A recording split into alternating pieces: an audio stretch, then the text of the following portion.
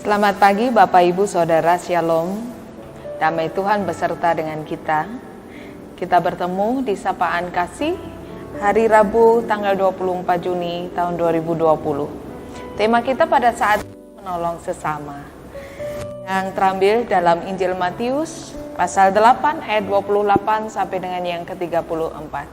Mari kita bersama-sama membaca dan merenungkan firman Tuhan. Dalam judul perikop kita, 2 orang yang kerasukan disembuhkan. Setibanya di seberang, yaitu di daerah orang Gadara, datanglah dari pekuburan 2 orang yang kerasukan setan menemui Yesus. Mereka sangat berbahaya, sehingga tidak seorang pun yang berani melalui jalan itu. Dan mereka itu pun berteriak katanya, "Apa urusanmu dengan kami, hai anak Allah? Adakah engkau kemari untuk menyiksa kami sebelum waktunya?" Tidak jauh dari mereka itu sejumlah besar babi sedang mencari makan. Maka setan-setan itu meminta kepadanya, katanya, "Jika engkau mengusir kami, suruhlah kami pindah ke dalam kawanan babi itu." Yesus berkata kepada mereka, "Pergilah." Lalu keluarlah mereka dan masuk ke dalam babi-babi itu. Maka terjunlah seluruh kawanan babi itu dari teping jurang ke dalam danau dan mati di dalam air. Maka larilah penjaga-penjaga babi itu, dan setibanya di kota, diceritakannya lah segala sesuatu juga tentang orang-orang yang kerasukan setan itu. Maka keluarlah seluruh kota mendapatkan Yesus, dan setelah mereka berjumpa dengan dia, mereka pun mendesak supaya ia meninggalkan daerah mereka. Demikian jauh pembacaan firman Tuhan. Yang berbahagia ialah mereka yang mendengar, memeliharanya, dan melakukannya dalam kehidupan hari lepas hari. Haleluya, amin.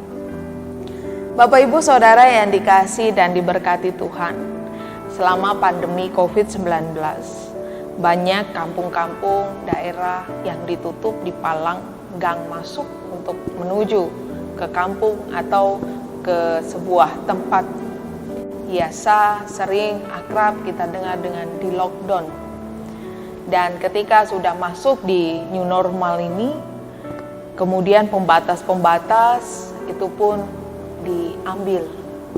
Tidak ada lagi lockdown daerah-daerah atau kampung, atau ada juga yang masih dipasang baik penutup untuk jalan masuk ke sebuah kampung atau daerah atau di RT atau RW.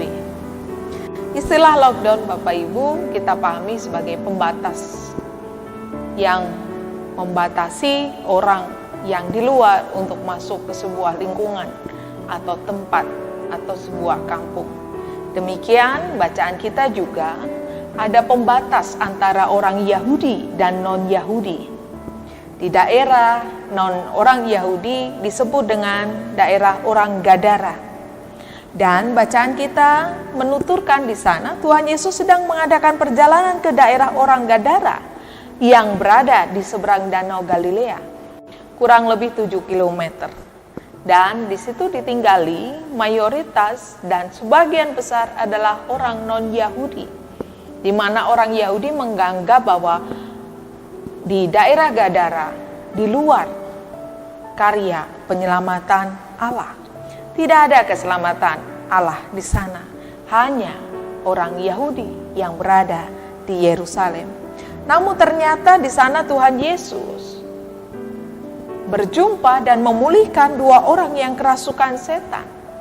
Ada karya keselamatan yang diceritakan oleh Injil Matius pada saat ini di luar Yerusalem, dan bagi orang, bukan hanya Yahudi yang mendapat keselamatan, tetapi non-Yahudi. Di situ diceritakan bahwa ada 2 orang yang kerasukan setan, dan Tuhan Yesus melewati area pekuburan yang di sana orang takut untuk melewati daerah itu. Orang takut melewati area itu. Tentunya Tuhan Yesus tidak tersesat, tetapi ada sebuah rencana indah yang menuntun langkahnya ke sana. Dan 2 orang kerasukan setan itu adalah orang-orang yang juga ditakuti. Kalau di dalam Injil Markus dan Yohanes, di sana dikatakan bahwa setan-setan itu bernama legion. Dan setan itu juga mengetahui siapa dan mengenal siapa itu Tuhan Yesus. Maka mereka memanggil Tuhan Yesus dengan sebutan anak Allah. Dan mereka tahu betul bahwa Yesus berkuasa dan mereka hendak diusir. Tuhan Yesus tidak berkenan melihat ciptaan Bapa yang kerasukan setan. Mereka sadar akan diusir dari tubuh orang itu sehingga mereka memohon kepada Tuhan Yesus supaya mereka tidak pergi dari Gadara tetapi pergi untuk merasuki kawanan babi. Dan akhirnya babi-babi tersebut terjun menuruni tebing ke dalam danau dan mati lemas di dalam air.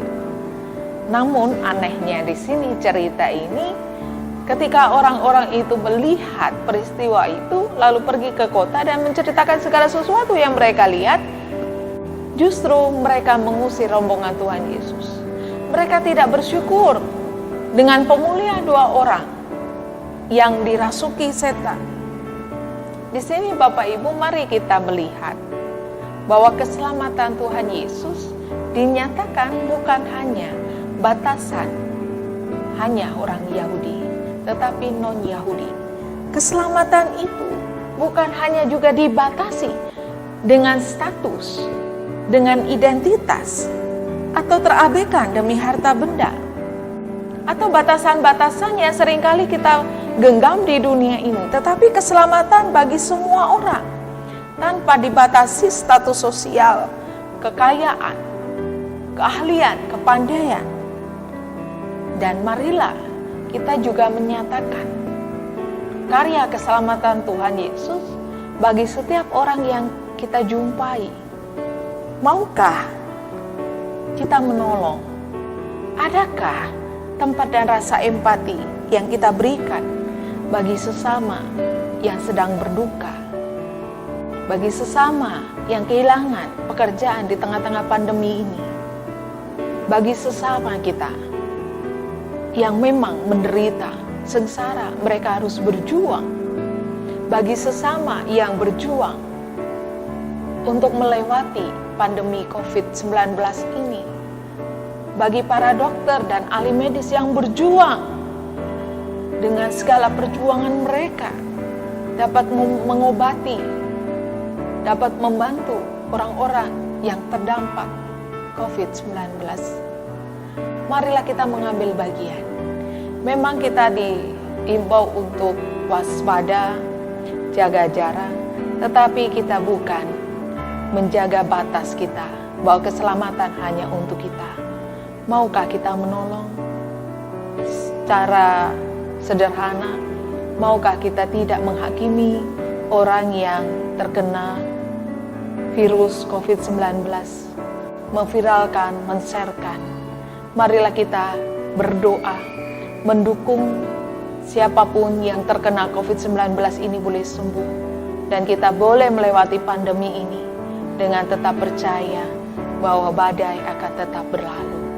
Dan kita tetap yakin bahwa Tuhan berkarya menolong kita, keselamatan, menjaga kita, melindungi kita. Tuhan akan menolong kita terus menghidupi panggilan karya keselamatan yang Tuhan Yesus telah teladankan bagi kita pada renungan pagi hari ini. Tuhan memberkati kita semua. Amin. Marilah bersama-sama kita datang kepada Tuhan di dalam doa. Mari kita berdoa. Di pagi hari datang, ya Tuhan, dengan segala pergumulan, harapan, dan persoalan kehidupan yang masih kami bawa. Tapi kami yakin karya keselamatan Tuhan menuntun dan menguatkan kami melewati pandemi COVID-19 ini yang masih harus kami hadapi. Kami percaya ketika kami memiliki harapan, ada kekuatan baru, semangat baru. Dan firman Tuhan mengajar kami pada pagi hari ini, kami boleh peka dengan persoalan kehidupan sesama kami. Biarlah kami menjadi pribadi yang mudah memiliki hati untuk menolong sesama kami. Apapun yang boleh menjadi pergumulan dan permasalahan, kami boleh membagi karya keselamatan Tuhan dalam tutur kata kami, dalam pikiran kami, dan seluruh sikap hidup kami. Mampukan kami Tuhan, untuk kami boleh berkarya sepanjang hari ini, kami boleh mendasari dan menghidupi firman Tuhan yang telah kami dengar. Pakailah kami untuk dapat menolong sesama kami, tanpa melihat batas-batas sosial, tanpa melihat apa yang kami terima, tapi kami melihat karya keselamatan Tuhan yang Tuhan Yesus telah nyatakan bagi kami semua. Dalam nama Tuhan Yesus Kristus, kami berdoa dan mengucap syukur. Amin.